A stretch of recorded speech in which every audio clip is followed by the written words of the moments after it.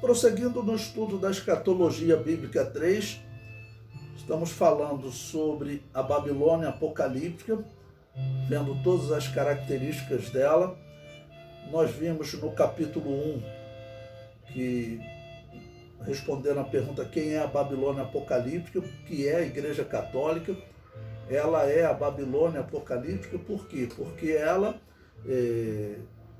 foi organizada pelo Império Romano, pelo Imperador Constantino, e nela foi colocada todas as características da religião da Babilônia. E como nós vimos aqui também, ela recebe títulos como Grande Babilônia, Mãe das Prostituições e Mãe das Abominações da Terra. Bom, ela é chamada de Babilônia porque a religião da Igreja Católica ela foi criada lá na Babilônia por Nimrod e Semíramis. Tanto que Maria recebeu os títulos de Semíramis, né? Nossa Senhora, Mãe de Deus e Rainha dos Céus. Todos esses títulos a história comprova que pertenciam a Semíramis e foram colocados em Maria. E também a religião da Babilônia dizia que os deuses determinavam todas as coisas. O Império Romano era assim. Às vezes tinha imperadores que eles nem eram religiosos, mas eles mandavam sacrificar bois para os deuses, porque eles acreditavam que os deuses determinavam a vitória ou a derrota, ou seja, predestinavam os homens a vencer uma guerra ou a perder uma guerra. Essa doutrina entrou na Igreja Católica e até hoje essa doutrina está aí no mundo, né? Tanto tem muitas igrejas hoje que ainda acredita nisso, que, por exemplo, Caim matou Abel porque foi predestinado por Deus. E no capítulo 3 nós chegamos ao ponto que diz: as nações deu de beber do vinho da ira da sua prostituição. É claro que está em foco aqui uma prostituição espiritual. Então o comentário diz: trata-se de uma prostituição espiritual. A Igreja Católica nunca foi fiel a nada. E claro, prostituição é símbolo de infidelidade, tá bom? E principalmente aquela infidelidade negociada por dinheiro. E a Igreja Católica ela sempre foi assim, né? Como surgiu o Sacro Império Romano?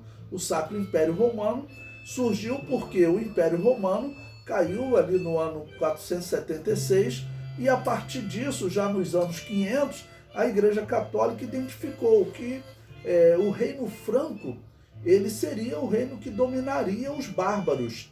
Então a Igreja Católica começou a investir e ela investiu naquele povo, né?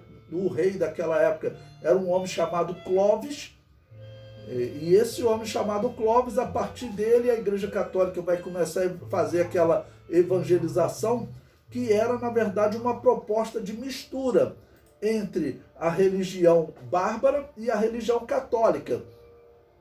Tem a história, né, de um missionário católico enviado para os bárbaros, um homem chamado Patrício, e a história diz que ele vivia uma semana na paróquia católica e uma semana com os sacerdotes celtas. E aqueles sacerdotes celtas, eles eram espíritas assim da pior categoria. Então ele, fazendo essa mistura da religião católica com a religião celta, observe que eu nunca chamo de cristianismo, né? A religião católica, surgiu um paganismo e ele vai acabar por ungir esse rei Clovis e o seu descendente, muito conhecido, Carlos Magno, e vai até fazer guerra para obrigar os bárbaros a se tornarem católicos.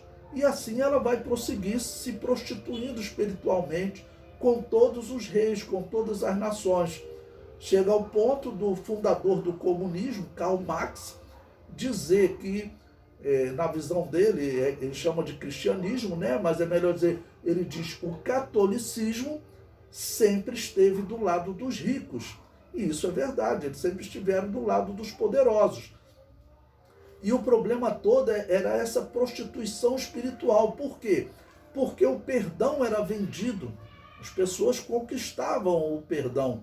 E havia realmente um lema entre eles, nesse período da Idade Média, do Sacro Império Romano, que a pessoa, quando trazia uma boa oferta, eles diziam o seguinte: olha, o teu parente morreu, a alma dele está lá no purgatório, que foi uma doutrina inventada por eles. O purgatório não é uma doutrina bíblica, né?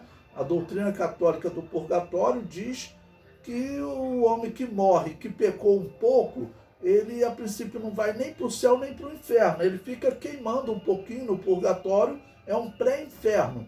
E se o parente der uma oferta, eles diziam, quando a sua oferta cair no fundo da arca, a alma do teu parente sai correndo do purgatório. E eles usavam isso para poder, né, para exercer o poder sobre as nações. Chegava para um rei, olha, se você não tomar essa decisão, o Papa vai te excomungar e a tua alma vai passar a eternidade no inferno. E tinham reis que eles logo, não, então eu concordo com o Papa. Tem uma história interessante de um católico que ele estava se desentendendo com o Papa, né? Mas ele era um católico chamado John Hus, ele é considerado um dos pré-reformadores. E o que aconteceu com esse John Hus? Ele começou a se opor ao Papa e ele vivia na região da Bavária, atual Alemanha. E o príncipe da Alemanha prometeu protegê-lo. Ele poderia se apresentar ao tribunal do Papa, mas o príncipe iria protegê-lo. Mas quando ele chegou lá no tribunal do Papa, o Papa falou para o príncipe, olha, se você proteger esse herege, eu vou te excomungar, a tua alma vai passar a eternidade no inferno. Aí o príncipe falou, então pode queimar John Hus. E o Papa foi e queimou John Hus. Aconteceu também com outro católico chamado John Wycliffe. Esse era inglês. E ele se opôs também ao Papa. O Papa queria prendê-lo, mas ele era um professor da faculdade de Oxford, e isso tudo ainda antes da Reforma Protestante, né? Ele era um professor de Oxford e a rainha da Inglaterra não aceitou entregar ele ao Papa. Diz a história que depois que essa rainha morreu, e aí surgiu um rei católico que reverenciava o Papa conseguiu autorização, foi lá, exumou o corpo dele e queimou o corpo dele.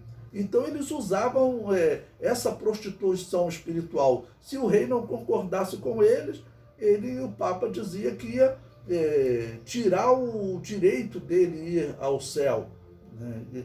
Essa é a prostituição espiritual que a Igreja Católica fazia.